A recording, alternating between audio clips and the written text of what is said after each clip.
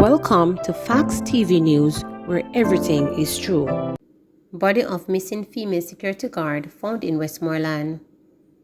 The body of a woman who was reported missing on Sunday was found in her community in Savannah Lamar, Westmoreland on Monday afternoon.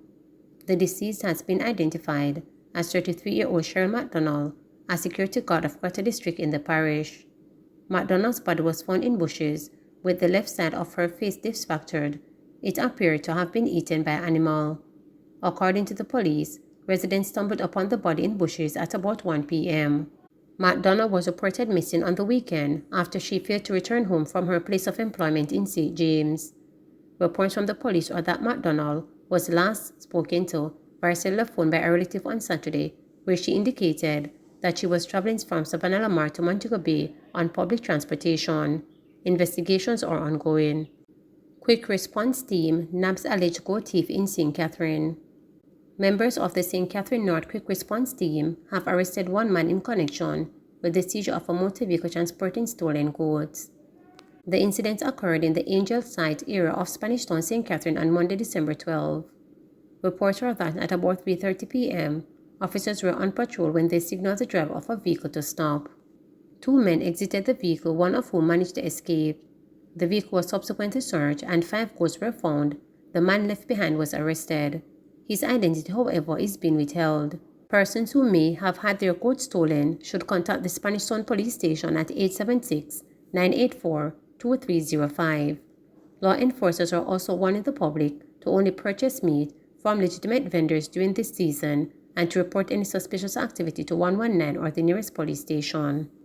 Police probing double murder in Bamboo Walk, St. Mary. 2 men were shot to death in Bamboo Walk near Gale in St. Mary on December 12. They have been identified as 21-year-old chef Travan Dennis, otherwise called Dutty, and 38-year-old construction worker Odin Edwards, also known as Licky, both of Bamboo Walk. Police reports are that about 9:50 p.m., the men were standing along the roadway across from a playfield when men armed with handguns alighted from a gray Toyota Polo box and fired at them. Davis was hit and Edwards was chased and shot. On the arrival of the police, both Davis and Edwards were seen with multiple gunshot wounds. They were transported to hospital where they were pronounced dead. Doctor gets bloody lip. A neurosurgeon in Western Jamaica has been interdicted from duty after he was arrested by police for reportedly assaulting a colleague doctor who is now said to be nursing wounds to his mouth. The alleged assault occurred on Sunday near midday at the Falmouth General Public Hospital after the neurosurgeon was told by his colleague that he needed approval to perform a private operation in the hospital. There is an arrangement in some hospitals that under certain conditions, doctors who have their practice within or near the hospital are to conduct private surgeries, but at a ratio of not more than 1 in every 3, a source of the health sector told reporters on Monday, adding that the issue brings into focus the use of public health facilities for private purposes. The doctor, who is now on interdiction, was seen preparing a patient for a private surgery and was told by his colleague that he needed to get approval in writing to perform the surgery, the source added. The source said that after operating the neurosurgeon, the doctor walked out of the operating theater but was approached by the neurosurgeon, who then reportedly punched him in his mouth. The blow left the doctor with a cut on his upper lip, which resulted in swelling. The matter was reported at Falmouth Police Station, and the neurosurgeon was subsequently arrested, reporters were told. The Western Regional Health Authority is said to be investigating the matter.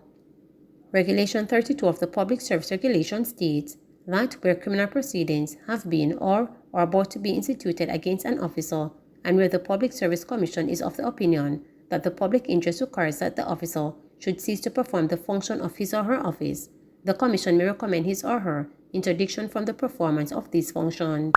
Additionally, the officer is permitted to receive a proportion of the salary of his or her office, as the Commission shall recommend to the Governor General. Still no leads in death of Sheikh security guards. An investigation has been launched by the police into the shooting incident that took place at the China Harbour Engineering Company headquarters at Mandela Highway on Sunday night. The investigators are investigating. We don't have any leads as yet, and nobody has been apprehended as yet, Senior Superintendent of Police SSP Stephanie Lindsay told reporters. According to police, 2 security guards were shot dead, while another who escaped the incident was found alive. The deceased has been identified as Brandon Tristan Small, 22, from Horizon Park, and Linton Royal from Bronze Hall, both in St. Catherine.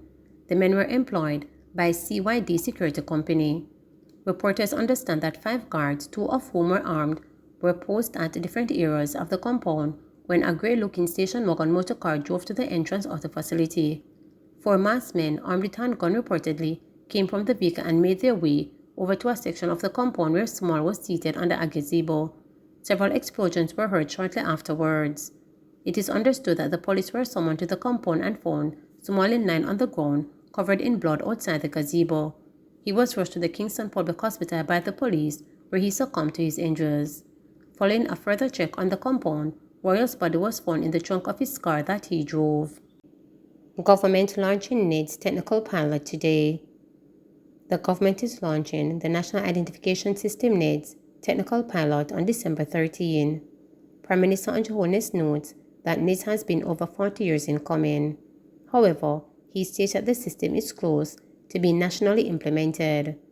Mr. Holness emphasized that the authorities have done over and beyond what is required to have a safe system. During those 40 years, there were junctures when the policy intent for public good struggled to emerge in the face of challenges, but we remained undaunted.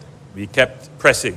Your government understands the importance of electronic digital identification for all Jamaicans and the role electronic digital identification plays in transforming and growing our society.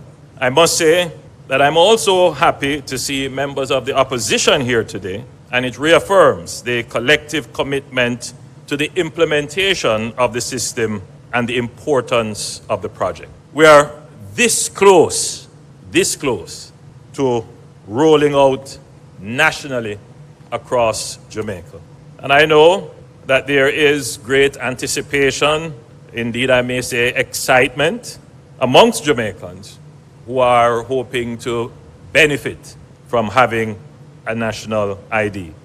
The law that guides the design of the card to the databases and the encryption of data, to the monitoring and oversight of the authority, to the functionality of the system, there are various levels of embedded security. And I want to stress that we have gone over and beyond what is required to ensure that we have one of the safest, most secure systems in the world that is protecting your data and ensuring that the system is robust, your privacy is protected, but that it delivers the functionality that you require.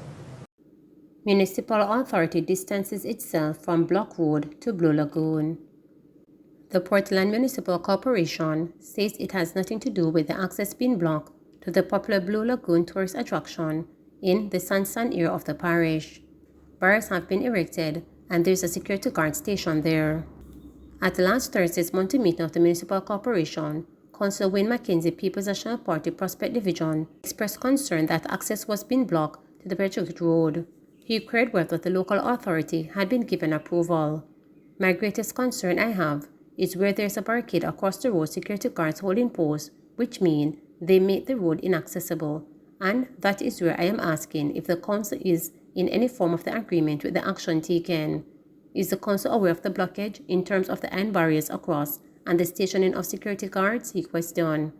The corporation CEO, Jennifer Brown Cunningham, advised that while the local authority was involved in a general push to reconstruct and reopen the Blue Lagoon, they had not sanctioned the action McKenzie mentioned. Our understanding was always that no commercial activity would be taking place, but we had the understanding that persons who would be able to traverse the place. I'm not sure what decision has been taken separate and apart from that, she stated, adding that there had been no request made to or granted by the corporation to block access to the road. The CEO explained that the role of the corporation is playing in the ongoing rehabilitation of the facility. The Blue Lagoon attraction was closed earlier this year for work to be done to get the facility up to an acceptable standard for those who use it. It is a popular spot, but the facilities are woefully inadequate.